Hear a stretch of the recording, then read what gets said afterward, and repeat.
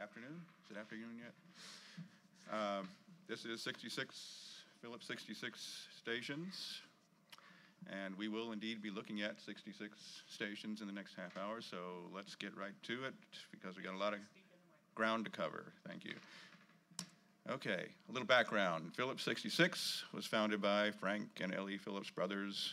It was originally a oil exploration company. They drilled the wells, they pumped the crude out of the ground, that's all they did.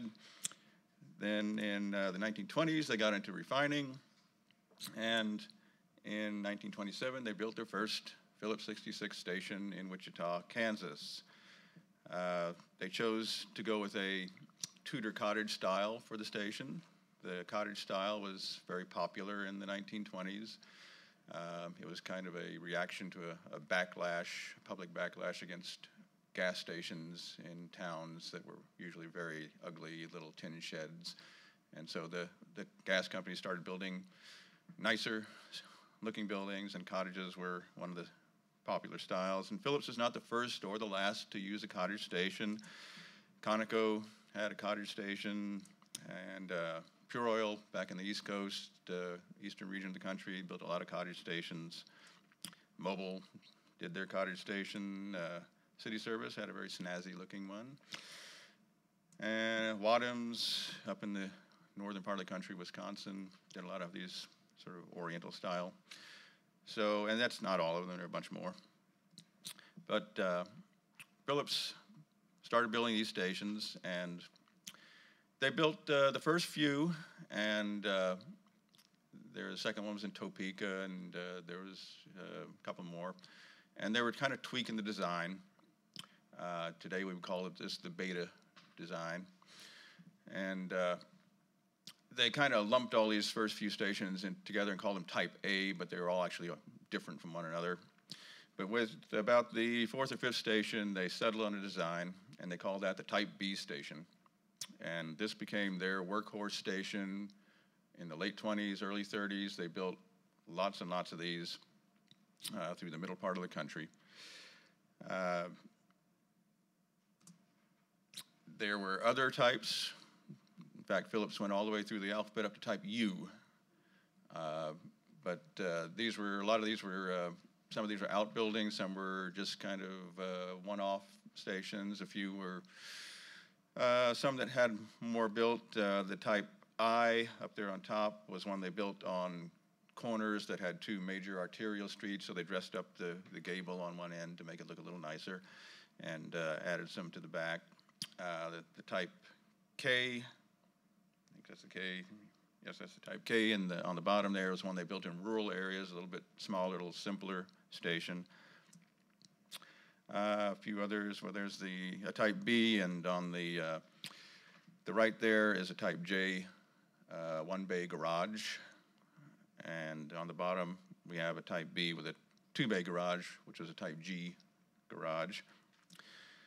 And some others were kind of mashups. Type H was sort of a Type B and a Type G stuck together. And Type S, same kind of thing, but turned 90 degrees. And that Type S was here in Tulsa, across from the old farmer's market. It's demolished a long time ago, unfortunately. So the Type A station, the first station, was painted white with brown shingles, pretty conservative color scheme. But Phillips very quickly, with the station in Bartlesville, changed to a new color scheme. And that color scheme was green with orange and blue trim, and the roof shingles were a combination of all three colors randomly arranged.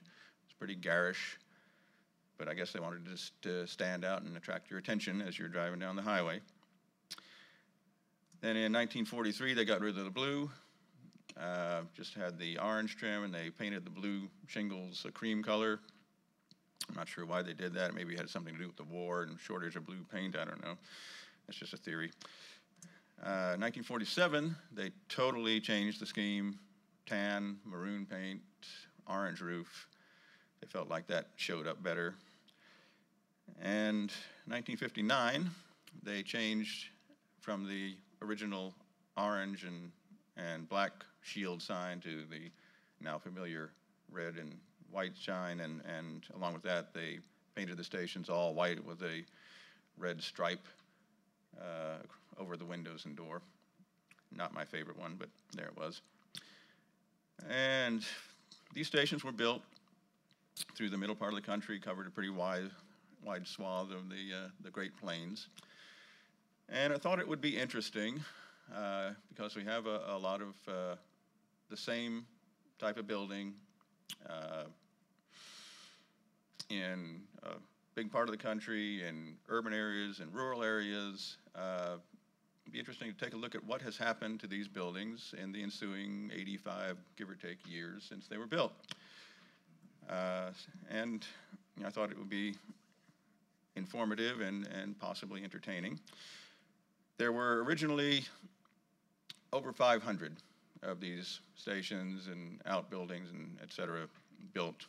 And today, just over 100 are still out there that I've found. So a lot of them have been demolished. And we're going to go through these. I put them into categories, and just for fun, I assigned the name of a television show to each category. So the first category is lost. And these are some recently demolished stations. Kinsley, Kansas. And like I say, we are doing 66 of these, and you'll see up there in the corner, this is number 1 of 66. Kinsley is nice type B. At some point it got a stucco coating over it, but still a pretty nice station, got its original windows and door, but it was in the way of progress. And there was a group in Kinsley that wanted to save it, but they just didn't have the resources to do it, so it came down and they built a high school gymnasium. That was in 2014. Des Moines, Iowa. This station, you'll notice it's a Google view because I got there too late to photograph it. I went up there 2 years ago and found out it was gone. It was right across the street from the campus of Drake University.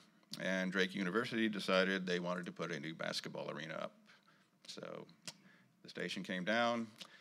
I don't know this for sure, but I suspect eminent domain was involved. Number 3, Turpin, Oklahoma. This was, well, I was sad to see this one go. This was the last Type N station. Wasn't in very good shape in 2003, but it was still there. The Type N stations were a combination station. That's what Phillips called them. They were a combination of a filling station and a bulk station. And if you don't know what a bulk station is the distribution point. They bring all the gasoline and supplies to one place and then distribute it out to the stations all around. So the bulk stations were usually built on railroad sidings, and the tank cars would come in and offload the gasoline up into those above ground tanks, and then they would be emptied into tank trucks and trucked out to the stations. They also brought in dry goods, tires, batteries, et cetera, and had a warehouse for those and trucked those off the stations. And they built a few of these combination stations in very rural areas. There weren't very many built. And so Turpin was the last one that was still standing. There in 2011, you see the warehouse had been removed, and it was just a shell left then. And 2016, well, there's nothing left. I think that was just demolition by neglect, basically, in that case. And this one in St. Louis was not in very good shape. Another one that I didn't get there in time to photograph. And that was it in 2014, and there it is, 2016, or there it isn't, I guess would be the better way to put it. So we are still losing these stations, unfortunately, but hopefully things are going on to save them. Next category, the Walking Dead. These are endangered stations. This is in Vallient, Oklahoma. It may not be there anymore. I was there 2015 and photographed it. I don't know if it's still there. This was a chance discovery. I was driving past this on the highway and went, oh, that was a Phillips station. Didn't even know about that one. Didn't know about it because it had a addition in front of it for many years, hiding it. And they tore that addition off, but you know, when they tore the addition off, it left holes in the roof, and again, I don't know what the fate of this one is. Little York, Illinois. I've got this in the endangered category. You may look at that and say, well, there's a scaffold out front. Somebody's doing work on that. Why is that endangered? Well, here it is in 2016, and here it is in 2012. There's the scaffold. So nothing's going on there, and that's a shame. And, you know, the bricks are falling out of the chimney, and they're just, you know, piece by piece, it's falling apart. So next category is survivor. These are stations that are vacant. They're still there. I'm taking the glass half full approach. They are survivors. We've got Chanute, Kansas. This station, that's 2016, and 2003, you see the chimney was still there. And they took the top off the chimney. When they re-roofed it, I think the roofer came in and said, you know, flashing around that chimney is, you're just going to have leaks. Why don't we just take that off?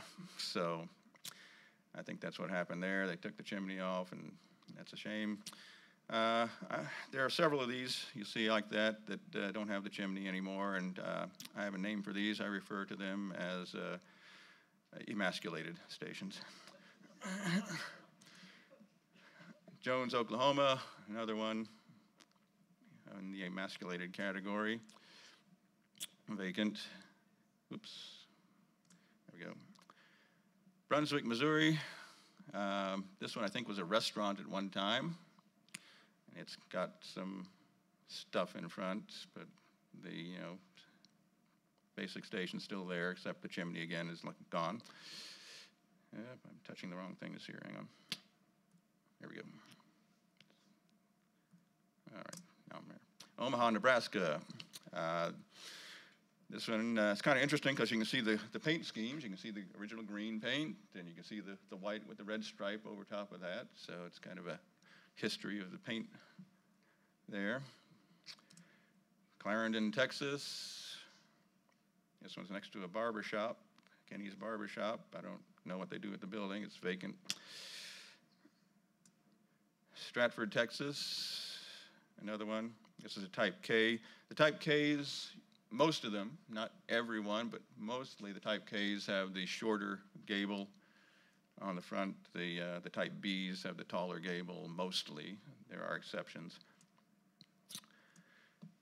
Omaha, Nebraska. Someone painted this recently, so they're taking care of it somewhat at least. This has a Type J garage, a Type B station. Kansas City, Kansas. Another Type J garage, Type B station. Follett, Texas. Out in the Panhandle. Again, someone's painted it, so they're taking care of it to some extent. This is more sensitive than I'm used to. Okay.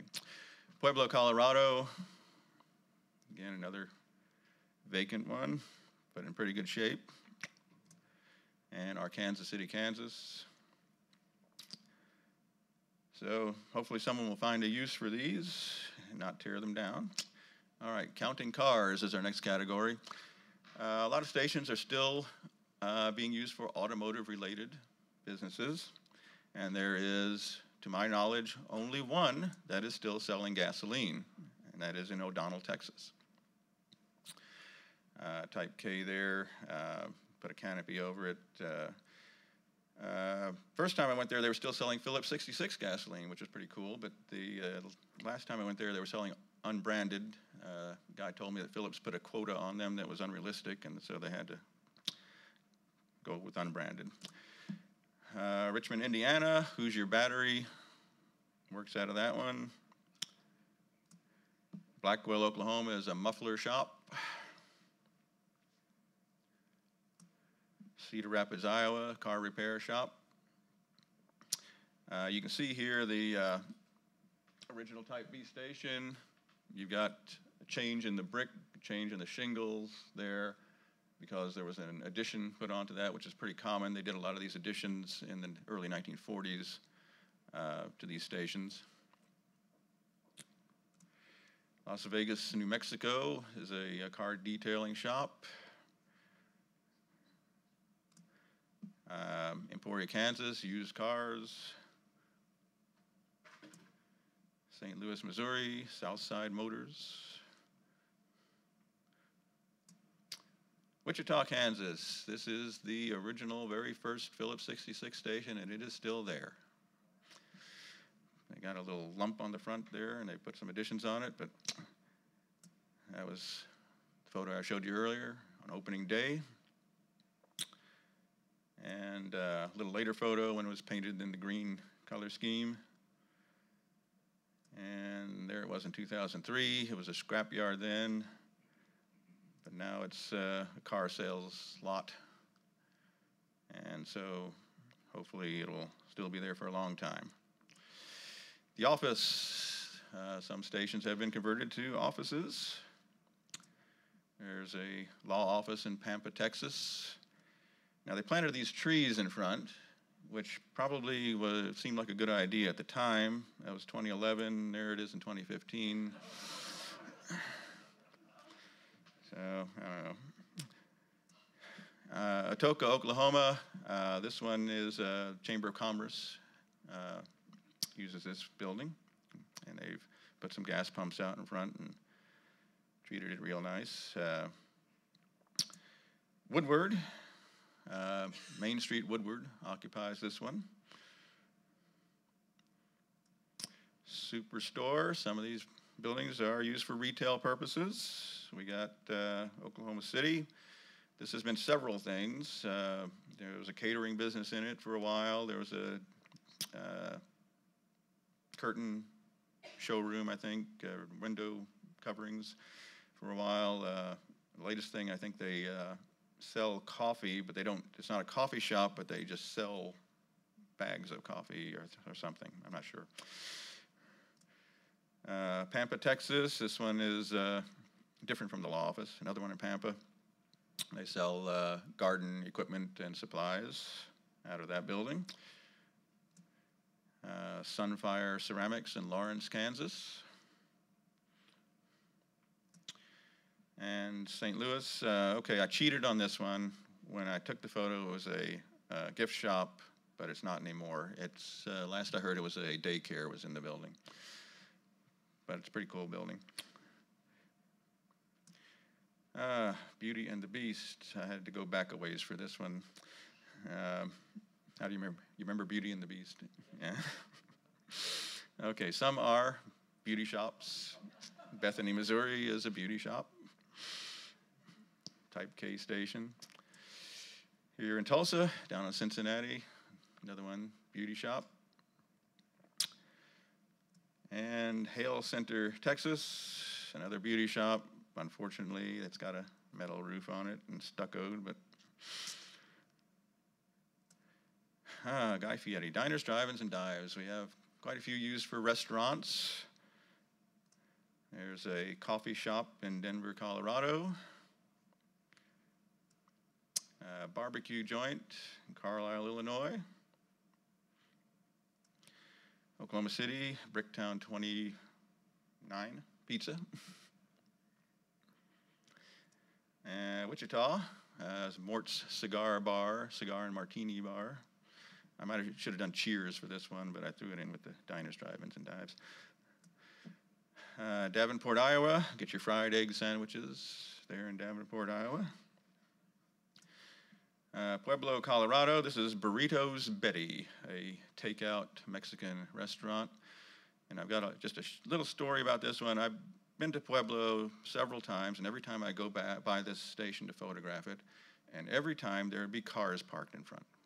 Every single time. And so the last time I went to Pueblo, I stayed there overnight, and I thought, okay, I'm going to get up early in the morning. The station faces east. I'm going to get out there. I'm going to get the morning sun on it before they even open the doors. No cars will be in front. And so I got up, and I went out there, and, well, they served breakfast at 2, so there were cars in front of the station, and I didn't get the shot I wanted. And So I went off and did some other things, photographed some other buildings, checked out of the hotel, and I was about to leave town, and I thought, well, I'll run by there one more time. And it's about 9:30 in the morning, 10 o'clock maybe, and I came around the corner, and there was no cars in front of the station. I pulled just down the block, parked the car, jumped out, grabbed my camera, ran over there, took a picture, and a car pulled up in front of the station. But I got my picture, so there it is. Artesia, New Mexico, another restaurant. This one looked like that before they not restored, but rehabilitated or renovated. That would be a better word, maybe. Maybe rehabilitated, but I'm not crazy about the roof. Okay, this old house, next category. Some of these have actually been turned into residences. And there's one in Dresden, Missouri, which looks like it could use a visit from this old house. I'm really not sure about the chimney on that one. Wellington, Texas, another residence. Omaha. That one, I couldn't tell the person who lived there to move their car, so. And Larned, Kansas. It's a pretty nice one there. Home improvement. This one in Ponca City is a cabinet shop. It was vacant for many years, so I'm glad to see it being used now. Junkyard Empire. Raton, New Mexico. They recondition and resell used appliances. Mysteries at the museum. Some of these stations have been turned into roadside attractions. So there's one in McAlester. Got the sign, got the pump. They've cleaned it up real nice. One thing about these stations, though, that you always, or see a lot, is that the paint has been removed. And they haven't been repainted. And I think a lot of people who buy these get the buildings and think, well, I'll remove the paint and restore it to its original look. But these buildings were never without paint. Turkey, Texas. Another one with the gas pumps. Rawls. This owner just made up their own paint scheme. And Oberlin, Kansas. This one is actually on the grounds of a museum there, the Last Indian Raid Museum in Oberlin, Kansas.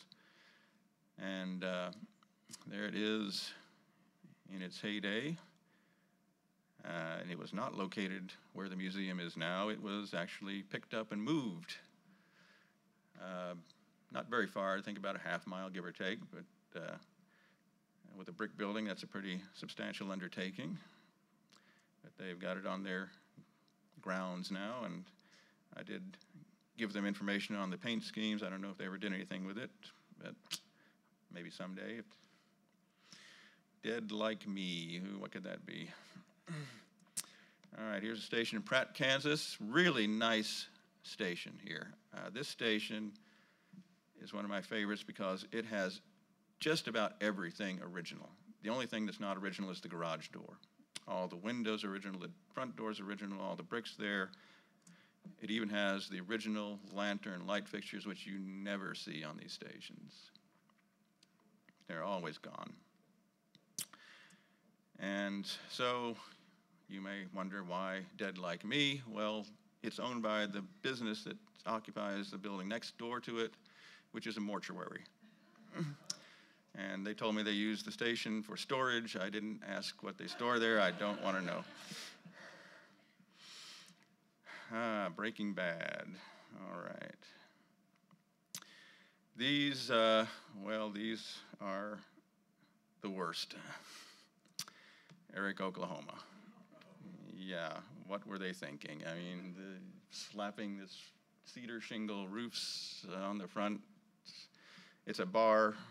I guess they're happy with it, I don't know. But Clovis, New Mexico, I don't know why you would put siding over top of brick. I have no idea. But they fixed it. They put stucco over it. and a metal roof.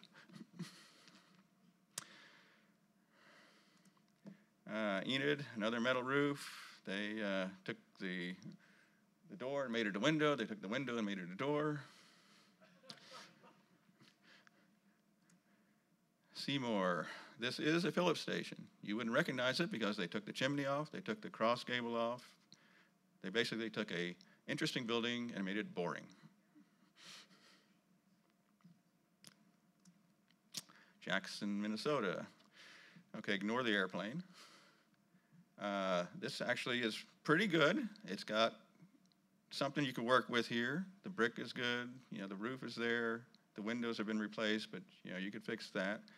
So somebody could take this and make a nice rehabilitation or restoration out of it. Instead, what they did was this. Yeah. I don't think there's a jury in the world that would convict me if I found the person responsible for this and beat them senseless. Marquette, Michigan. Yeah, well, I don't know, the stone really doesn't do it for me. And the Spanish tile roof. But wait, it gets worse. Hayes, Kansas. Yeah, let's just encapsulate the whole thing in stone. And I don't know, some people. Okay, you've seen the worst. We're going to go for the best now. Rehab addict. This is the educational portion of the program. Rehabilitation is compatible use, uses compatible materials, sensitive to the original through repairs and alterations, preserves what's there, but doesn't recreate the original, whereas restoration is something where you're recreating the original and using all original materials and bringing it back to a specific time period. So rehabilitation, this, I think, in my opinion, is a very good rehabilitation project. A little coffee shop in Westwood Hills, Kansas, which is actually in Kansas City. But I had Kansas City on the slide last time I presented this, and I was told, no, that's Westwood Hills. So it's a little unincorporated area inside Kansas City, I guess. But, you know, they replaced the roof here. These original roofs on these buildings were cement asbestos shingles. You cannot get those anymore, so you don't have the option of putting original material back. And this, you know, thought this was a nice choice. The slate, they use multi-tones, which recalls the multicolors of the original roof. They replaced the windows, but the new windows are, like the old ones, casement windows, multi-light with transoms, so very appropriate, not like a lot of the plate glass we've seen in some of the other examples. So just a very nice rehabilitation job, I think. Arrested Development. Okay. This station in Chandler, the first one I ever consulted on. The owner intended to restore this station exactly like it was the day it opened. And it looked like that when he started. He tore off the later edition there on the side, 1950-something edition. And he started the restoration process. That's what it looked like originally. And it's been sitting there like that for quite a few years now. He got to that point. I think he's had some health issues is what's happened there, but hopefully someday it'll be completed, because it could be a very nice one when done. So American Restoration. So these are restored to some extent or in other stations. This one in Wellington, Kansas, pretty nice station. Got the original paint scheme on it. Looked like that before. And you know, basically they just painted this one. They didn't really, it had the original windows and doors, so they didn't have to do a lot. And it's just, you know, it's incredible what just a paint job will do. You don't have to go to a lot of expense or anything just to make it look a lot nicer. This one in Tulsa, another one that I consulted on, was a full restoration.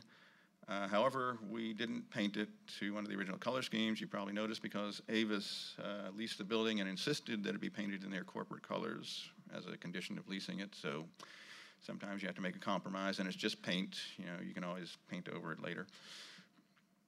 But, you know, the brickwork there, it was original brickwork.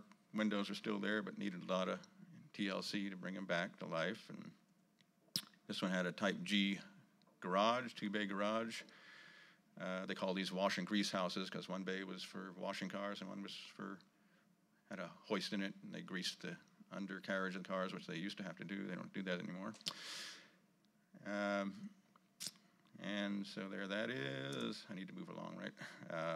Cuba, Missouri, another one I consulted on. This station was restored to the 1943 color scheme. Had a lot of additions onto it.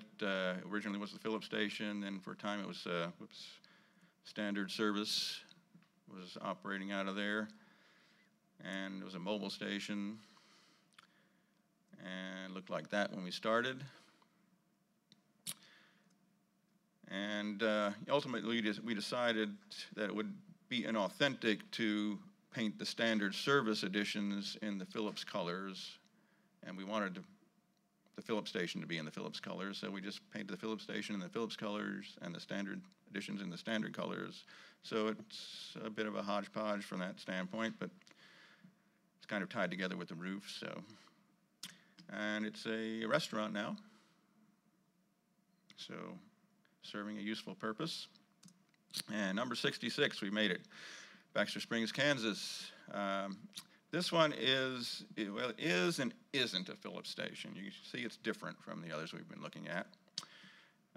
The original building was built by the Independent Oil and Gas Company. I could do a whole half hour on them, but just a short version, Independent Oil was bought by Phillips in the 1930s. They built some of these cottage stations before they were bought by Phillips. Phillips rebranded the stations, painted them in their colors. And this one, there was an addition put on it by Phillips in the early 1940s. And there you see it in the 47 color scheme in that black and white photo. And that's what it looked like before we started. We took a look at different color schemes, the original, the 43, the 47, the people who owned the building was the Baxter Springs Historical Society. They were using it for a Route 66 visitor center, and they decided they liked the 1947 colors, so that's what we did with that. And there it is, 66, Phillips 66 stations.